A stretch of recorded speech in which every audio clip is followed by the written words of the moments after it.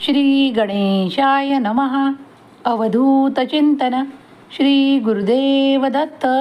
श्री स्वामी समर्थ.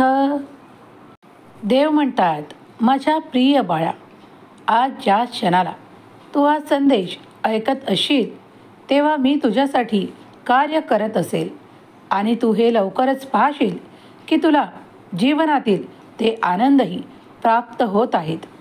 अनेक समस्या तुझ्यापासून दूर जाताना तू लवकरच बघणार आहेस. तुम्हाला जर संपत्ती, आत्मविश्वास आणि खूप काही आशीर्वाद प्राप्त करायचे आहे तर देवाचे ध्यान करणे सुरू ठेवा. निरंतर प्रतिदिवशी देवाचे ध्यान केल्यास तुम्ही ते सर्व काही प्राप्त करता जी तुमची सुप्त इच्छा आहे. प्रिय स्वामी भक्तांनो, हा संदेश तुमच्या पुढे आला आहे तर देवाची इच्छा आहे की तुम्ही याला संपूर्ण ऐकावे. देवाची भक्ती करण्याने काय काय घडते, अशक्य गोष्टीही शक्य होऊ लागतात. जेव्हा तुम्ही देवाकडे प्रार्थना करता तेव्हा त्या स्वीकारल्या जातात. तुम्ही देवाचे आभार मानले आहेत का? जे जे तुमच्या आयुष्यात आज तुम्हाला दिसत आहे त्यासाठी तुम्ही देवाचे आभार मानता का?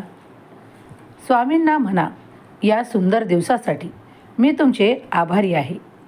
स्वामी, माझ्या या डोक्यावर छप्पर दिल्याबद्दल मी तुमचे आभार मानतो. ज्या काही गोष्टी मला प्राप्त आहे त्यासाठी आभार मानतो. माझे कुटुंब सुखात आहे यासाठी आभार मानतो. आज माझ्या ताटात जे काही अन्न आहे त्यासाठी आभार मानतो. अंगावरील परिधान केलेल्या वस्त्राबद्दल धन्यवाद. जेव्हा तुम्ही पाहता की तुम्ही धन्यवाद करता तेव्हा तुमचे आशीर्वाद अधिक वाढीस लागतात, कारण देव तुमची प्रार्थना आणि तुमचे आभार ऐकत आहे. तुमच्या मनातली प्रत्येक इच्छा पूर्ण करणारे आशीर्वाद तुमच्या मार्गात येत आहेत. जो कोणी आभार मानतो किंवा देवाकडे ती तक्रार करतो की मला हे नाही किंवा काही नाही, त्या गोष्टीसाठी कृपया देवाजवळ तसे म्हणू नका, कारण देव तुम्हाला सर्वच काही गोष्टी योग्य वेळेवर देत असतात.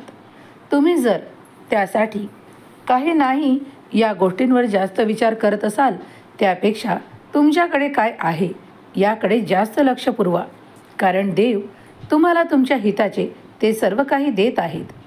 देव म्हणतात, तुला कधीही काहीही कमी पडणार नाही. तुझे नाते तुझ्याजवळ घट्ट राहील.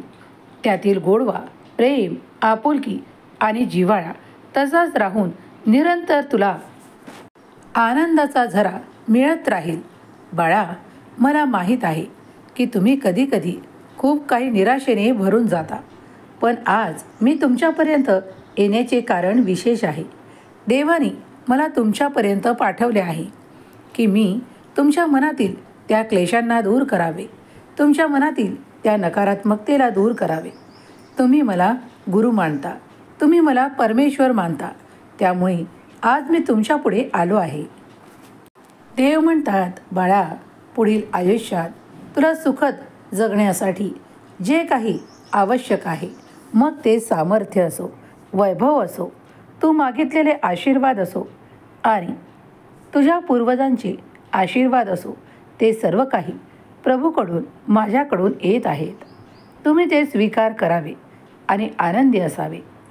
तुम्ही जी काही संपत्ती प्राप्त करू इच्छिता त्यासाठी मार्ग उघडल्या जातील, द्वार खोलल्या जाईल आणि तुम्ही ते सर्व काही आनंद प्राप्त कराल. देव म्हणतात, बाळा, मी तुझ्यावर आनंदाचा वर्षाव करणारा देव आहे. घाबरू नकोस. तुझे सर्व काही संकट निरसन करणारे आशीर्वाद तुझ्या मार्गात येणार आहे. काही वेळ लागेल, पण निराशा मनात ठेवू नकोस. आशेवर पुढे जा, कारण ते सर्व काही तुला दिल्या जाईल. देव म्हणतात, माझी पकड अशीच कायम टिकून राहण्यासाठी माझ्या उद्देशाचे पालन कर.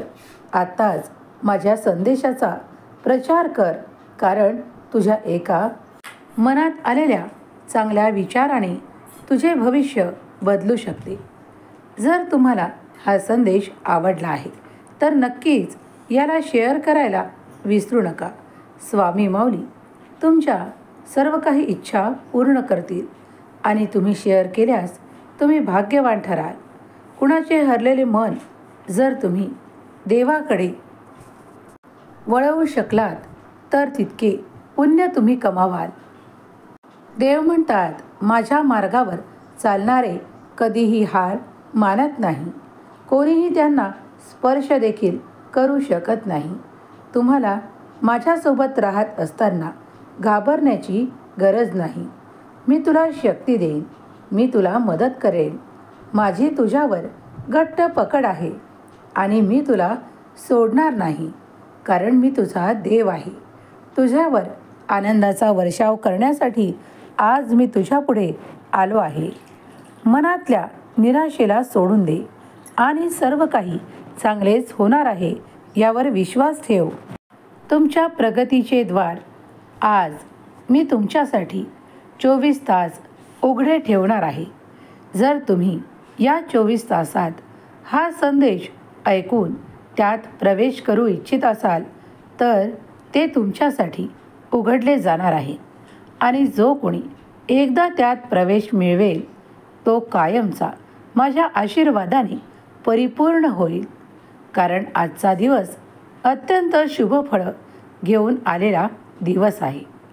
आज तुम्ही जे काही मनात चांगले विचार कराल ते लवकरच कृतीत उतरू लागतील.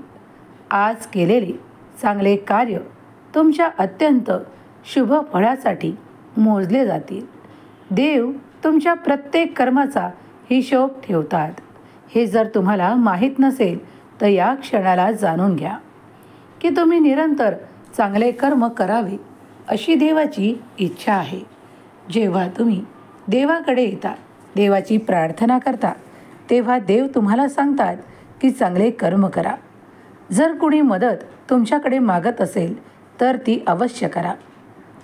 फक्त पैशानेच मदत होते असे नाही. इतरही कित्येक गोष्टी आहेत. जर तुमची साथ कुणाला हवी असेल आणि योग्य वेळेस तुम्ही साथ दिलीत तर तेही एक पुण्याचे कर्म ठरेल. जो कोणी अडचणीत आहे त्याला मदत केल्यास देवाकडून तुमची इच्छा लवकर पूर्ण केल्या जाईल. कित्येकदा देव तुमच्याप्रमाणे, तुमच्या मनाप्रमाणे घडवून आणण्यासाठी तुम्हाला काहीतरी असे करू देतात ज्यामुळे तुम्ही पुढे जाता. कारण ते सर्व काही नियोजन देवाकडूनच येत असते. म्हणूनच घाबरून जाऊ नका. देवावर संपूर्ण विश्वास ठेवा. आज तुम्ही जी काही पूजा अर्चना आणि प्रार्थना करत आहात ती स्वीकार केल्या जात आहे. जेव्हा तुम्ही मंदिरात जाता, मनोभावे प्रार्थना करता, तेव्हा ते लगेचच प्राप्त जरी नसेल तरी ते हळूहळू तुमच्यासाठी निर्माण केल्या जात आहे यावर विश्वास ठेवा. देवाचे अफाट अनंत कार्य तुमच्यासाठी सुरू आहे आणि ते सुरू राहील. तुम्ही फक्त विश्वासाने पुढे जा. देवाचा नाम घोष करायला विसरू नका. माझा देव महान. श्री स्वामी समर्थ. जय जय स्वामी समर्थ. स्वामी माऊली तुमच्या सर्व काही इच्छा पूर्ण करोत. तुम्हाला सुख, समाधान, आरोग्य आणि आनंदाची प्राप्ती हो. ही स्वामी माऊली शरणी प्रार्थना. श्री स्वामी समर्थ. जय जय स्वामी समर्थ.